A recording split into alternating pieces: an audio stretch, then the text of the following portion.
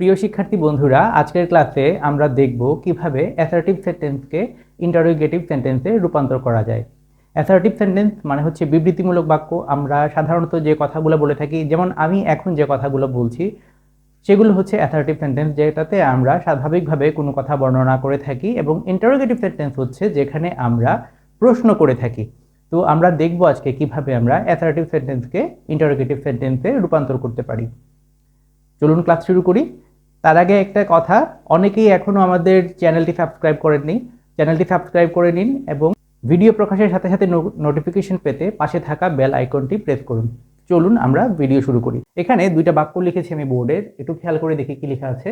যেমন প্রথমটাতে লেখা আছে you are doing your duty, এবং পরেরটাতে লেখা আছে Sagar can solve the problem. একটু খেয়াল করে দেখি, এই যে দুইটা বাক্য আছে, দুইটা বাক্যের মধ্যে কিন্তু নাবাচক কোনো শব্দ নেই। তার মানে এই দুইটা বাক্য হচ্ছে হাবাচক শব্দ। আমরা যখন ইন্টারোগেটিভ করব, বাক্যগুলো যদি হাবাচক থাকে, আমরা সেগুলোকে নাবাচক মানে নেগেটিভ ইন্টারোগেটিভ করব। তো কিভাবে করতে পারি আমরা? আমরা কি করব, বাক্যের মধ্যে যে অক্সিলারি ভার্বটা আছে সেটাকে একদম শুরুতে নিয়ে আসবো, বাক্যের শুরুতে নিয়ে আসবো। যেমন এখানে অক্সিলারি ভার্ব কি আছে? আর দেয়া আছে, এখানে দেয়া আছে ক্যান। আমরা কি করব, এগুলোকে বাক্যের শুরুতে নিয়ে আসবো। এবং যে কথাটা বললাম যে নেগেটিভ ইন্টারোগেটিভ করব, তো কিভাবে নেগেটিভ ইন্টারোগেটিভ করব? যেহেতু বাক্যগুলো হাবাচকে আছে, আমরা এগুলোকে নাবাচকে করব, একটা নট লাগাই দিব। তাহলে কিভাবে হবে? এটা হয়ে যাবে এরকম, আর নট, বা আমরা সংক্ষেপে লিখতে পারি aren't you doing your duty. আচ্ছা, এখন সবচেয়ে একটা গুরুত্বপূর্ণ কথা, আমরা বাক্যগুলোতে কিসে রূপান্তরিত করছি? ইন্টারোগেটিভে রূপান্তরিত করছি, মানে প্রশ্নবোধকে রূপান্তরিত করছি। এখন কিন্তু আমার জন্য জরুরি হচ্ছে কি, বাক্যের শেষে এই চিহ্নটা ব্যবহার করা। আমি সব কিছু ঠিকঠাক মতো করেছি, কিন্তু এই চিহ্নটা দেইনি, তাহলে কিন্তু আমার প্রশ্নটার উত্তর সঠিক হয়েও ভুল। তার মানে আমরা যখন প্রশ্নে উত্তর করব, আমাদেরকে খেয়াল রাখতে হবে যে আমরা যেন এই চিহ্নটা দেই, বা যদি আমরা সঠিক উত্তর বা মাল্টিপল চুজ কোয়েশ্চেন থেকে আমরা মানে আনসার করি, তখন আমাদেরকে দেখে নিতে হবে বাক্যের শেষে যেন এই চিহ্নটা দেয়া থাকে।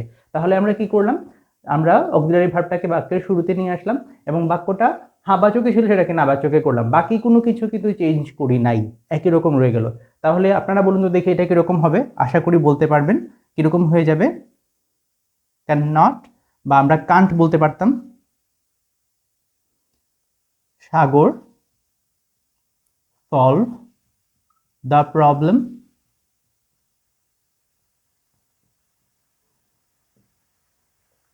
আশা করি ব্যাপারটা বোঝা গেছে। এবার দেখি, যদি নাবাচক বাক্য থাকে তাহলে কিভাবে পরিবর্তন করব। তো এই দুইটা বাক্য দেখি কি দেয়া আছে। Raju is not in the classroom, we are not going to Cox's Bazar two night. তো দেখুন, এই দুইটাই কিন্তু নাবাচকে আছে। তো আমরা কিভাবে করব? আমরা এই যে অক্সিলারি ভার্বটা আছে, এটাকে বাক্যের শুরুতে নিয়ে আসব, আর এটা বাদ যাবে।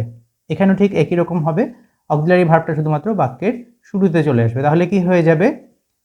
Is Raju in the classroom.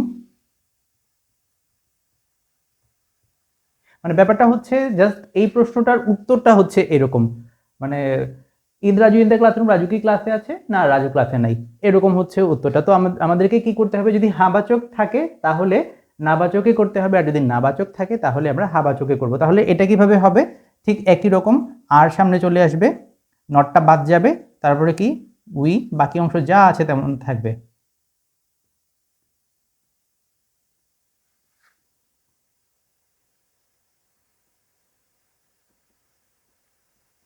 এবং সবচেয়ে বড় কথা যেটা শেষে মনে রাখতে হবে, এই চিহ্নটা দেয়া। তাহলে কি হয়ে গেল? Are we going to Cox's Bazar tonight. আচ্ছা, এখানে তো দেখলাম যে যদি অক্সিলারি ভার্ব দেয়া থাকে, অক্সিলারি ভার্ব আশা করি আমাদের সবার মনে আছে, বি ভার্ব 5টা, এম ইদার ওয়াজ ওয়ার, তারপরে হচ্ছে টু হ্যাভ ভার্ব আছে 3টা, হ্যাভ হ্যাজ হ্যাড, তারপরে মডেল অক্সিলারি ভার্ব আছে আমাদের 12টা, can, could, may, might, shall, should, will, would, must, need to, ought to, dare. তো এইগুলা যদি থাকে তাহলে আমরা কি করব? তাদেরকে বাক্যের শুরুতে নিয়ে আসবো। কিন্তু আমরা যদি দেখি এরকম যে বাক্যের মধ্যে কোনো অক্সিলারি ভার্ব দেয়া নাই, শুধুই মেইন ভার্ব দেয়া আছে, সেই সকল ক্ষেত্রে আমরা কিভাবে পরিবর্তন করব? আমরা দুই একটা বাক্য লিখি, তারপরে সেটা ব্যাখ্যা করি। বোর্ডে 3টা বাক্য লিখেছি, একটু খেয়াল করি আমরা কি দেয়া আছে। He went to the USA last night, Seema liked ice cream. এখন কি দেয়া আছে? I always get up early in the morning. তিনটা বাক্যতে খেয়াল করে দেখি কোনোটাতেই কিন্তু কোনো অক্সিলারি ভার্ব দেয়া নাই। তো এই বাক্যগুলোকে যখন আমরা ইন্টারোগেটিভে রূপান্তর করব তখন আমরা কি করব, বাক্যের শুরুতে আমরা টেন্স এবং সাবজেক্ট যেটা আছে সেটার নাম্বার অনুযায়ী ডু, ডাজ অথবা ডিড নিয়ে আসব। যদি পাস্ট টেন্স হয়, যেমন এখানে যেটা দেয়া আছে ওয়েন্ট, এটা কি, এটা হচ্ছে গো এর পাস্ট, তাই না? গো এর পাস্ট হচ্ছে ওয়েন্ট। আচ্ছা, তখন আমরা কি করব, বাক্যের শুরুতে আমরা ডিড যুক্ত করব। যদি ভার্বের শেষে দেখি আমরা এস লাগানো আছে, মানে ভার্বের শেষে যদি এস বা ইএস যুক্ত করা থাকে, তাহলে আমরা কি করব, ইন্টারোগেটিভ করার সময় বাক্যের শুরুতে নিয়ে আসব ডাজ। আর এছাড়া প্রেজেন্ট ফর্মে যখন শুধুমাত্র ভার্বটা দেওয়া থাকবে তখন আমরা কি করব, ডু নিয়ে আসবো। তাহলে তিনটা কথা দেখলাম, পাস্ট হলে ডিড, যদি ভার্বের শেষে এস বা ইএস লাগানো থাকে তাহলে ডাজ, আর অন্যান্য ক্ষেত্রে আমরা কি করব, ডু বসিয়ে বাক্যটাকে মানে অ্যাসার্টিভ সেন্টেন্সটাকে ইন্টারোগেটিভে রূপান্তর করব। এবং একটা কথা যেটা বলেছিলাম আগের মতোই, যদি অ্যাফার্মেটিভে থাকে তাহলে নেগেটিভ করতে হবে, নেগেটিভ থাকলে অ্যাফার্মেটিভ করতে হবে। তো এখানে যে কয়টা বাক্য আমি লিখেছি সবগুলো কিন্তু অ্যাফার্মেটিভে আছে। তাহলে কি হবে, এটার আনসার আমরা লিখি, আমরা কি দিলাম, ডিড। এখন যেহেতু এটা হাবাচকে আছে এটাকে আমাকে নাবাচকে করতে হবে, ডিডন্ট হি। এখন একটা জিনিস খেয়াল করে দেখেন, ডিড এটা কিন্তু পাস্ট ফর্ম, তাই না? তো একটা বাক্যের মধ্যে ভার্বের পরিবর্তন একবার হয়, সেটা আমাদের জানা কথা। সুতরাং এখানে কিন্তু আমাকে আর ওয়েন্টকে মানে ওয়েন্ট রাখলে চলবে না, এটাকে তার বেস ফর্মে বা প্রেজেন্ট ফর্মে নিয়ে আসতে হবে। তাহলে কি করবো আমরা, যে দেখলাম প্রেজেন্ট ফর্ম হচ্ছে গো, তাহলে কি হবে, didn't he go to the USA last night. আচ্ছা, এবার দ্বিতীয়টাতে আসি। এখানে কি বলেছিলাম যে ভার্বের শেষে এস বা ইএস যখন লাগানো দেখবো আমরা, তখন কি করব, আমরা ইন্টারোগেটিভ করার সময় বাক্যের শুরুতে ডাজ নিয়ে আসবো। তো এটাও অ্যাসার্টিভে আছে, আমরা এটাকে নেগেটিভ করে দিলাম, ডাজন্ট, তারপরে কি, সীমা। এখন এখানেও ঠিক একই রকম, যেহেতু এস বা ইএস থাকার কারণে আমরা ডাজ লিখেছি, আমাকে কিন্তু এখানে আর এস বা ইএস লাগিয়ে রাখার বা যুক্ত রাখার দরকার নাই। আমরা কি করব, মেইন ফর্মটা লিখব, লাইক আইসক্রিম। আচ্ছা, এখানে একটা আমি ভুল করেছি, কিন্তু আশা করি আপনারা ধরতে পেরেছেন। এখানে আমি প্রশ্নবোধক চিহ্নটা দেই নাই। এই জিনিসটা মাথায় রাখতে হবে, অনেক সময় আমাদের মিস হয়ে যায়। আমরা যখনই ইন্টারোগেটিভ করব বাক্যের শেষে কিন্তু মনে করে আমাদের অবশ্যই এই চিহ্নটা, মার্ক অফ ইন্টারোগেশন, এটা দিতেই হবে। আচ্ছা, এবার এটাতে আসি, 3 নম্বর বাক্যটাতে। এখানে কি দেয়া আছে, গেট দেয়া আছে, গেট ভার্ব। তো আমরা ডু বসালাম, তাহলে কি হবে, ডু আই অলওয়েজ, ডু হবে কি, না, কিন্তু নাবাচক করতে হবে, don't I always get up. বাকি অংশ যেমন আছে ঠিক একই রকম থেকে যাবে, আর্লি ইন দ্য মর্নিং, সবার শেষে প্রশ্নবোধক চিহ্ন। তো ঠিক একই রকম যদি নেগেটিভে থাকতো তাহলে আমরা কি করতাম, যে শুধুমাত্র ডু, ডাজ, ডিড বসাতাম, আর বাক্যের এই অংশটাতে যে নট থাকতো সেটাকে বাদ দিয়ে বাকি অংশটা যেমন আছে ঠিক একই রকম লিখতাম।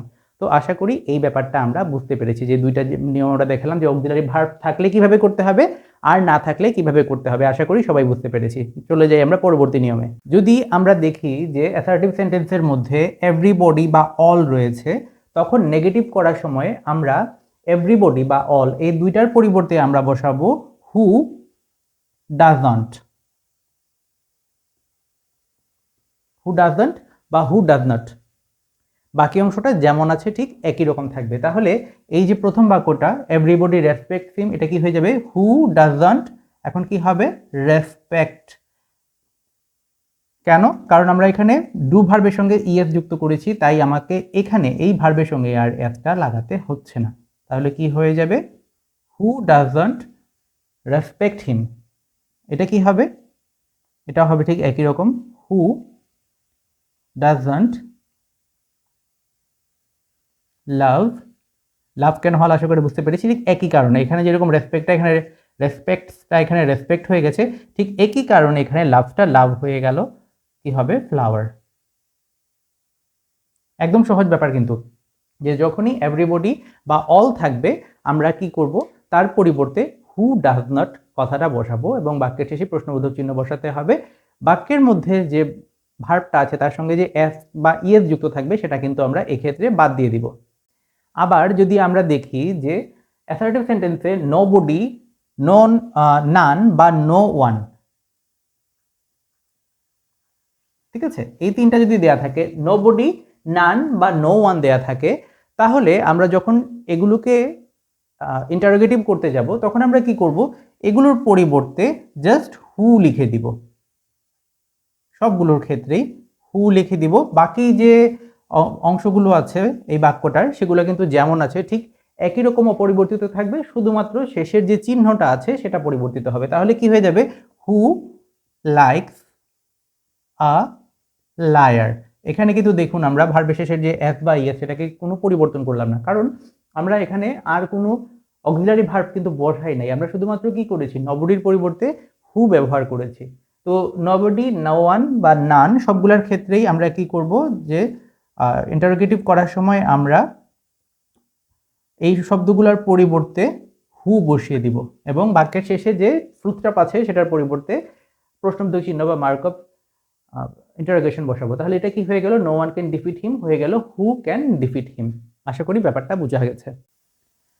আমরা আজকে প্রথম যে নিয়মটা দেখেছিলাম সেখানে আমরা কি দেখেছিলাম, যে যদি অক্সিলারি ভার্ব দেয়া থাকে তাহলে সেটাকে আমরা সামনে নিয়ে আসবো আর নাবাচকটাকে হাবাচকে রূপান্তর করে দিব। তো একটা ব্যাপার হচ্ছে, যদি নেভার থাকে, ঠিক আছে, নেভারটা কিন্তু নাবাচক শব্দ, আমরা নেভার থাকলে তার পরিবর্তে এভার লিখে দিব। তো কিরকম হয়ে যাবে, যেহেতু এটা নাবাচক তাহলে আমরা যখন ইন্টারোগেটিভ করব আমাদের কিন্তু এটাকে হাবাচকে রূপান্তর করতে হবে। তাহলে কি হয়ে যাবে, ক্যান আই, এই নেভারের পরিবর্তে আমরা লিখব এভার।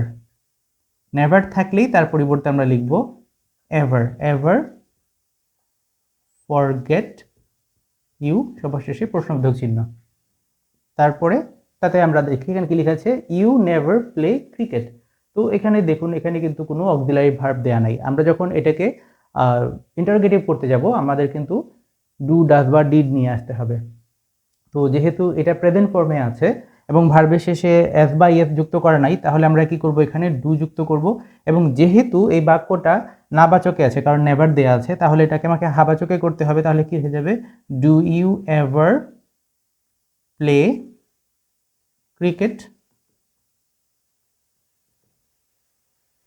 সবার শেষে চিহ্নটা হবে প্রশ্নবোধক চিহ্ন। সব কিছু একই রকম, শুধুমাত্র যদি নেভার থাকে আমরা এভার করে দিব।